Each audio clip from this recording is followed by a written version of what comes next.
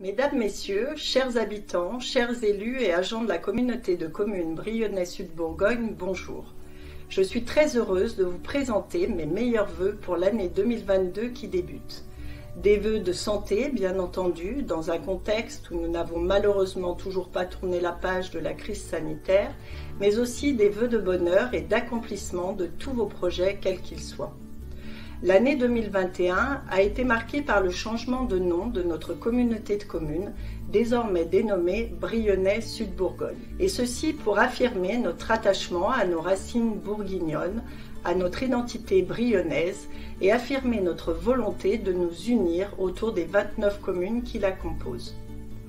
Ce changement d'appellation vise à mieux identifier et faire connaître nos territoires au-delà de nos frontières. Travailler sur l'attractivité de notre territoire est un objectif fort, une attractivité dans tous les domaines, économiques, touristiques, et pour maintenir notre population et attirer de nouveaux habitants.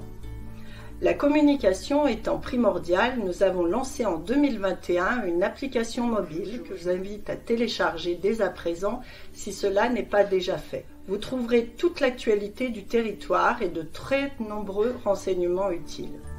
Très prochainement, cette application va encore évoluer et permettre aux communes elles-mêmes, si elles le souhaitent, de diffuser des informations ciblées pour leurs habitants.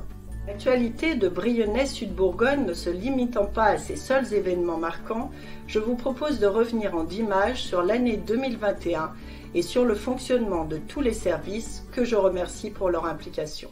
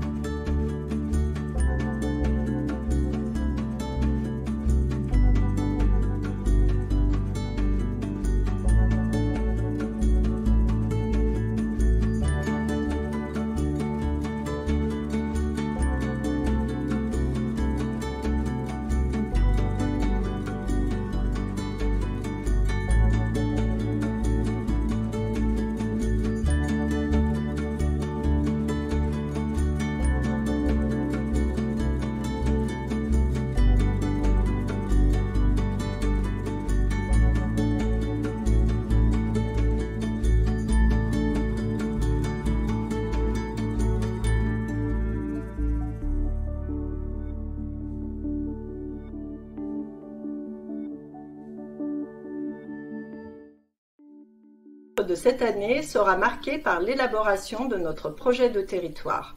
Accompagné par le bureau d'études Citadia, une grande consultation va avoir lieu pour déterminer quels seront les enjeux principaux dans l'avenir pour notre communauté de communes et quelles actions seront mises en place pour y parvenir.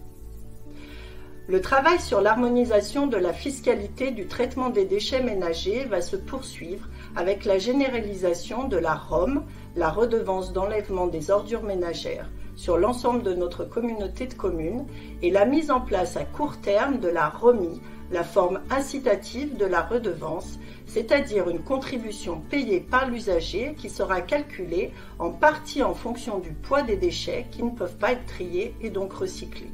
À signaler que la plateforme des déchets verts au lieu-dit Lacharme à Chauffailles est désormais fermée, les déchets verts devant être à présent déposés à la déchetterie de la zone de la Bruyère. L'élaboration du plan local d'urbanisme intercommunautaire, en abréviation PLUI, se poursuit et les démarches vont être lancées pour développer dans les meilleurs délais le parc d'activités de la gare à Beaunemont. Un plan d'aide à l'immobilier d'entreprise en partenariat avec la région Bourgogne-Franche-Comté est également reconduit sur 2022. L'aménagement du Citystad sur la commune de Chauffailles devrait être réalisé dès le printemps. Il se situera sur l'ancien terrain de tennis situé entre le parc du château et le camping.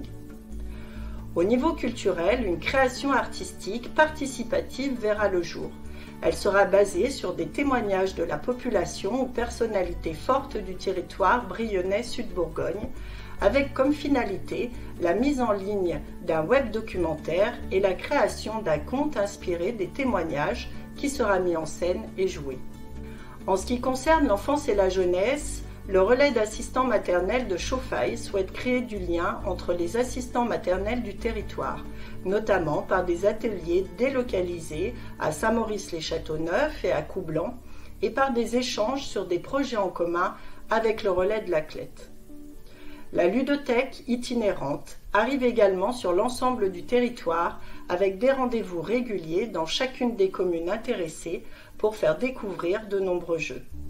Enfin, la communauté de communes ayant adhéré au programme d'État Petites Villes de demain, l'étude préopérationnelle dans le cadre de l'OPAH, Opération programmée d'amélioration de l'habitat, va être lancée dès cette année. Pour finir, je remercie les vice-présidents et plus généralement tous les élus qui travaillent dans l'intérêt de notre territoire et vous souhaite encore mes meilleurs vœux pour cette nouvelle année.